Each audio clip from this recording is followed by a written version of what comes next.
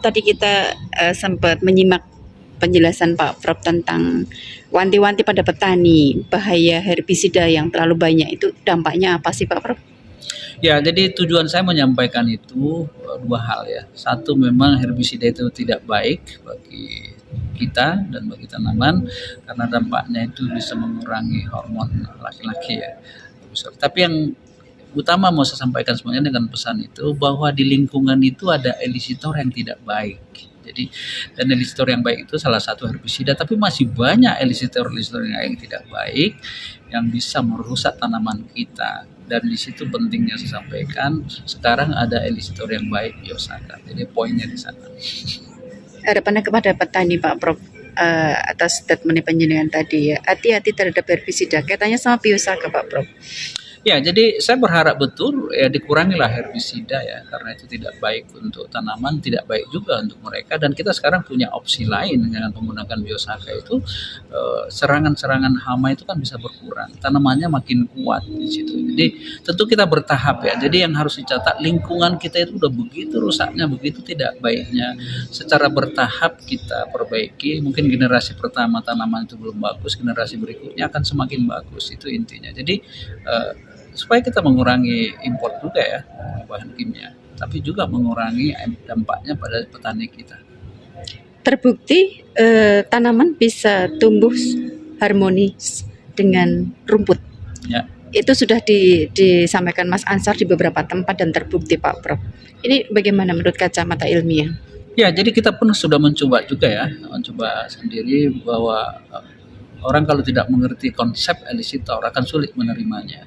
Karena si tanaman tersebut, konsep yang dulu elisitor itu kan hanya menaikkan secondary metabolit sekunder, protein yang lain. Tapi ini kan produktivitasnya juga naik dengan input yang kecil. Jadi memang pada level itu sudah ada ekspresi gen yang berubah. Si tanaman itu sudah berbeda dengan tanaman sebelumnya. Jadi yang istilahnya Pak Dirjen itu potensi selnya udah lebih baik di situ. Jadi yang kita sampaikan itu tanaman itu sudah berbeda dalam artian lebih positif. Dia sudah lebih adaptif dengan lingkungan.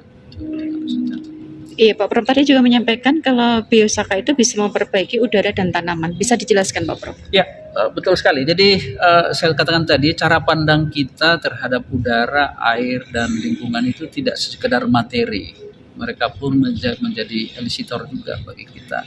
Dari mana? Dari komponen-komponennya. Nah, sekarang dengan kehadiran biosaka ini, melalui tanaman, tentu saja kita tahu tanaman tersebut menghasilkan oksigen, menghasilkan H2O, tapi itu dari bentuk yang lain, tentu gelombang-gelombang yang lain. Jadi dengan tanaman kita lebih sehat, lebih baik, lingkungannya juga bisa lebih baik. Dan jadi salah satu untuk memperbaikan lingkungan itu tanaman. Yang dikenal banyak orang memperbaiki lingkungan kan pohon, karena itu adalah tanaman yang multi years itu ya.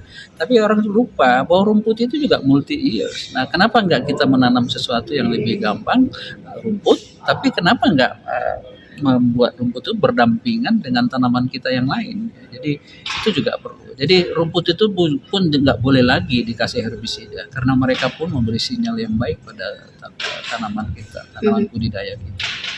Kaitan biosaka sama biomasa sendiri bagaimana Pak Prof?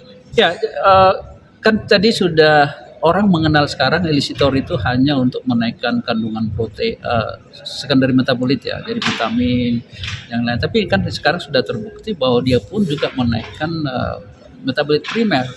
Pada level ini kita sudah harus tahu bahwa memang sudah terjadi ekspresi gen yang berbeda sehingga si tanaman tersebut tidak hanya tahan dengan hama, tidak hanya tahan dengan stres, tapi juga dia sudah menjadi tanaman yang baru, selnya bisa berubah. Perlu dicatat ya, Pak Heni ini selnya setiap saat berubah. Jadi ada sel mati, sel itu. Jadi manusia itu dalam 7 tahun kita tuh sel yang baru. Nah, kalau sel kita biasa-biasa saja, sel yang tumbuh itu sel seperti itu. Tapi kalau ada perubahan ekspresi genetik, sel yang baru itu akan berubah sebenarnya. Jadi ini yang saya katakan bahwa ini adalah ilmu baru, masih banyak sekali kesempatan kita untuk menemukan sesuatu pada saat aplikasi ini. Akan banyak inovasi-inovasi yang baru karena kita jenis rumput kita begitu banyak, jenis tanaman kita begitu banyak. Jadi akan banyak nanti yang perlu kita kembangkan dan kita amati. Terakhir Pak Prof, kaitan sama saat sekarang kan biosaka sudah makin membumi, Ya. makin banyak petani yang sudah melakukan uji dan sudah terbukti. Seperti yang pernah Pak Prof sampaikan, kalau kita mengkonsumsi pangan lokal yang sehat akan bisa mencegah Alzheimer. Kira-kira bisa dihitung nggak berapa tahun ke depan ini Indonesia bisa sehat dengan pangan lokal yang sehat? Ya, saya tidak bisa menjawab itu.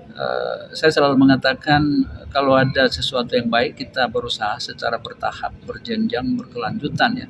Tapi kalau kita tahu sesuatu yang baik ya harus kita latih terus. Perubahan itu tidak bisa revolusi, evolusi ya bertahap. Alam itu bisa puluhan, ratusan, ribuan tahun. Tapi kalau biosaka ini udah kita lihat dalam waktu dekat begitu cepat berubah. Jadi saya belum bisa menjawab seberapa cepat. Tapi pasti dampaknya akan segera terasa Sangat. ya. 10 bulan hampir jalan biosaka yang sudah digunakan sama Mas Ansar di tahun 2023. Apa pandangan Pak Prof tentang biosaka? Saya sangat bersyukur tadi di acara tadi saya sangat senang ya. Tahun lalu masih ya mungkin malah bahasanya itu belum ada yang percaya, mengolok-olok kita. Tapi sekarang bahwa biosaka itu sudah ada di masyarakat, itu sesuatu yang nggak bisa dihalangi lagi. Mereka bisa melihat hasilnya. Tentu tugas kita apa yang bisa kita lakukan membantu mereka supaya hasil-hasil tanamannya bisa lebih baik lagi. Industri apa yang bisa kita lakukan?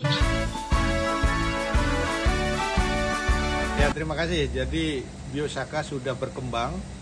Asalnya dari Blitar, sekarang sudah menyebar di banyak kabupaten di Pulau Jawa. Bahkan di luar Jawa juga sudah banyak menerapkan ini. Di Sumatera, Kalimantan, Sulawesi, juga sampai Papua Barat sudah menerapkan ini dan dicoba dulu.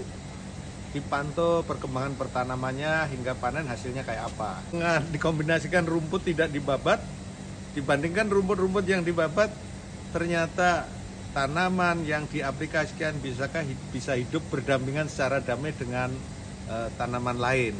Salah satunya dengan rumput-rumput. Jadi bagaimana harmoni di antara tanaman-tanaman itu bisa diwujud karena biosaka sendiri adalah larutan dari bahan-bahan rumput yang sudah harmoni. Harmoni dalam arti berbagai kandungan yang ada di biosaka, hormon, ada bakteri, ada spora, ada berbagai senyawa-senyawa kimia di dalam biosaka, kimia ester, terpenoid, dan lain sebagainya. Dan sesuai arahan Bapak Menteri, kita harus selalu berinovasi menggunakan teknologi-teknologi sehingga kita produksi semakin berkembang dengan baik. Salah satu teknologi yaitu penerapan biosaka. Dan supaya kita tahu biosaka itu ada manfaatnya. Satu, memperbaiki kondisi lahan, kesuburannya. Dua, menghemat biaya, tidak ada resiko bagi tanaman dan bagi petani. 0 rupiah biayanya, dan ini akan menghemat biaya produksi. Berikutnya menghemat pupuk. Kemudian yang berikutnya apa? Meminimalisir serangan hama penyakit. Yang berikutnya apa? Meningkatkan produksi atau produksi lebih baik.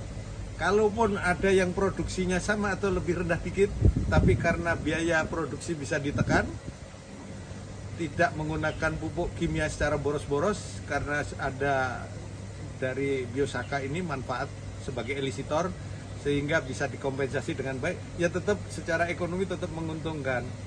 Jadi biosaka ini bukan barang pabrikan, bukan dijual belikan, tapi dibikin petani sendiri di wilayah sekitar, dari rumput-rumput sekitar, dibikin secara bareng sama-sama dalam kelompok untuk diberdayakan. Mari bareng-bareng dengan biosaka, prinsip-prinsip yang lebih hemat. Coba ini dan luar biasa, ini sudah sejalan dengan arahan Bapak Menteri. Saya berharap bisa terapkan ini dan hasilnya lebih baik.